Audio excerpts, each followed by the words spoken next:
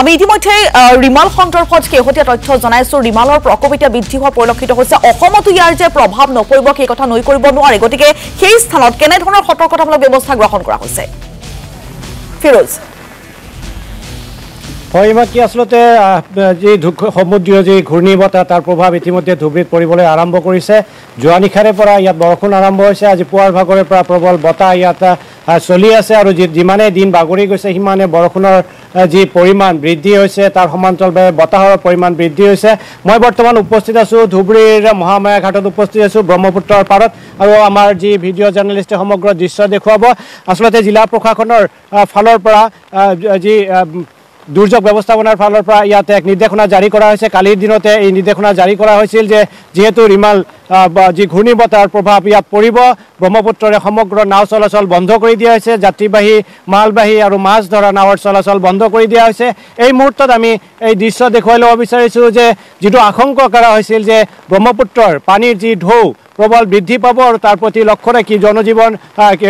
মানুহৰ যি জীৱনৰ ক্ষয়ক্ষতি হোৱাৰ আশংকা কৰি এই পদক্ষেপ গ্ৰহণ কৰা হৈছে আৰু আমাৰ সতীৰ্থ ভিডিঅ' জাৰ্নেলিষ্টে দেখুৱাব তেনেদৰে ধুবুৰীৰ ব্ৰহ্মপুত্ৰত প্ৰবল যি ঢৌৰ সৃষ্টি হৈছে আৰু এই যে আশংকা কৰা মতে দিন বাগৰি যোৱাৰ লগে লগে বৰষুণৰ পৰিমাণ বৃদ্ধি পাইছে বতাহৰ পৰিমাণ বৃদ্ধি পাইছে মই যি স্থানত উপস্থিত আছোঁ এইটো হয় এটা ঘাট ইয়াতে যি নাওসমূহ পাৰাপাৰ কৰা হয় যাত্ৰীসমূহ পাৰাপাৰ হয় কিন্তু কালিৰ দিনত যিহেতু এই নিৰ্দেশনা জাৰি কৰা হৈছিল আজি যিহেতু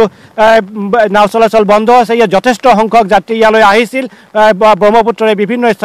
স্থানলৈ যাতায়াতৰ বাবে কিন্তু যিহেতু নাও চলাচল বন্ধ যাত্ৰীসমূহ ঘূৰি যাবলৈ বাধ্য হৈছে আৰু ইয়াতে আমি এটা কথা উল্লেখ কৰিব লাগিব যে দক্ষিণ হালমাৰা মানকাছৰ জিলা প্ৰশাসনে একেই নিৰ্দেশনা জাৰি কৰিছে সকলো ধৰণৰ নাও চলাচল বন্ধ কৰি দিয়া হৈছে ব্ৰহ্মপুত্ৰৰ মাজেৰে আৰু আশংকা কৰাৰ ধৰণে তাতো যি বতাহৰ পৰিমাণ বৃদ্ধি পাইছে প্ৰবলতা বৃদ্ধি পাইছে বৰষুণৰ পৰিমাণো বৃদ্ধি পাইছে আৰু আশংকা কৰা ধৰণে হয়তো কালিৰ দিনটোত আৰু পৰিস্থিতি অধিক শোচনীয় হোৱাৰ সম্ভাৱনা আছে তাৰ প্ৰতি লক্ষ্য ৰাখি জিলা প্ৰশাসনে বিভিন্ন ধৰণৰ ব্যৱস্থা গ্ৰহণ কৰিছে আমাৰ এগৰাকী সতীৰ্থ ইয়াত উপস্থিত আছে স্থানীয় এগৰাকী সাংবাদিক আছে তেওঁৰ পৰা আমি এই বিষয়ে অলপ জানিবলৈ ধৰণে পদক্ষেপ লোৱা হৈছে কালি জিলা প্ৰশাসনে এক নিৰ্দেশনা জাৰি কৰিছে হয়তো যি নৈপৰীয়া ৰাইজসকলৰ মাজত এক আশংকাত ভুগিছে তেওঁলোকৰ মাজত যে ধুবুৰী ঘাটপাৰ অঞ্চলত বা ধুবুৰীৰ বিভিন্ন চৰ অঞ্চলত নৈপৰীয়া ৰাইজে বসবাস কৰে কিন্তু তেওঁলোকৰ কাৰণে এতিয়ালৈকে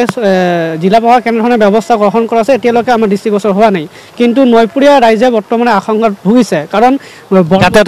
যাতায়াতৰ অসুবিধা হৈছে ৰাতিপুৱাৰ পৰাই জিলাখনৰ বিভিন্ন স্থানৰ পৰা আহিছে বহুত দূৰ দূৰণিৰ পৰা আহিছে নাৱেৰে ব্ৰহ্মপুত্ৰ পাৰ কৰিবলৈ কিন্তু বহু শ যাত্ৰী কিন্তু ইতিমধ্যে ঘূৰি যাবলগীয়া আছে কিছুমান এতিয়াও ঘাটত আছে যাবলৈ আৰু যি ব্ৰহ্মপুত্ৰৰ যি ভয়ংকৰ ৰূপ ধাৰণ কৰিছে ইতিমধ্যে ক'ব লাগিব যে জনজীৱন বন্ধ হৈ গৈছে আৰু মানুহ নৈপৰীয়া ৰাইজৰ কিন্তু যথেষ্ট অসুবিধাৰ সন্মুখীন হৈছে যি ধুবুৰী জিলা প্ৰশাসনে যে নৈপৰীয়া ৰাইজৰসকলৰ বাবে কিন্তু এই মুহূৰ্তত চিন্তা চৰ্চা কৰিব লাগে আসলতে যেহেতু জনজীৱনৰ আশংকাৰ কথা আছে ইয়াত যাৰ কাৰণে জিলা প্ৰশাসনে ব্যৱস্থা গ্ৰহণ কৰিছে আৰু ইয়াৰ আসলতে বৰ্তমানলৈকে যি পৰিস্থিতি অধিক শোচনীয় হোৱাৰ পথত আগবাঢ়িছে আৰু এইখিনিতে আমি এটা কথা উল্লেখ কৰিব লাগিব যে যেহেতু ব্ৰহ্মপুত্ৰৰ ওচৰ চুবুৰীয়া যিসমূহ চৰ আছে এই চৰ অঞ্চলসমূহত কেনেধৰণে ব্যৱস্থা গ্ৰহণ কৰিব প্ৰশাসনে সেই বিষয়ে কিন্তু এতিয়ালৈকে জ্ঞাত হ'ব পৰা নাই যিহেতু এই প্ৰবল বতাহ আৰু বৰষুণে ৰিমালৰ সংঘাৰ এইদৰে অব্যাহত আছে আৰু ধুবুৰী জিলাৰ বিভিন্ন প্ৰান্ততো ৰিমালৰ প্ৰভাৱ পৰা পৰিলক্ষিত হৈছে।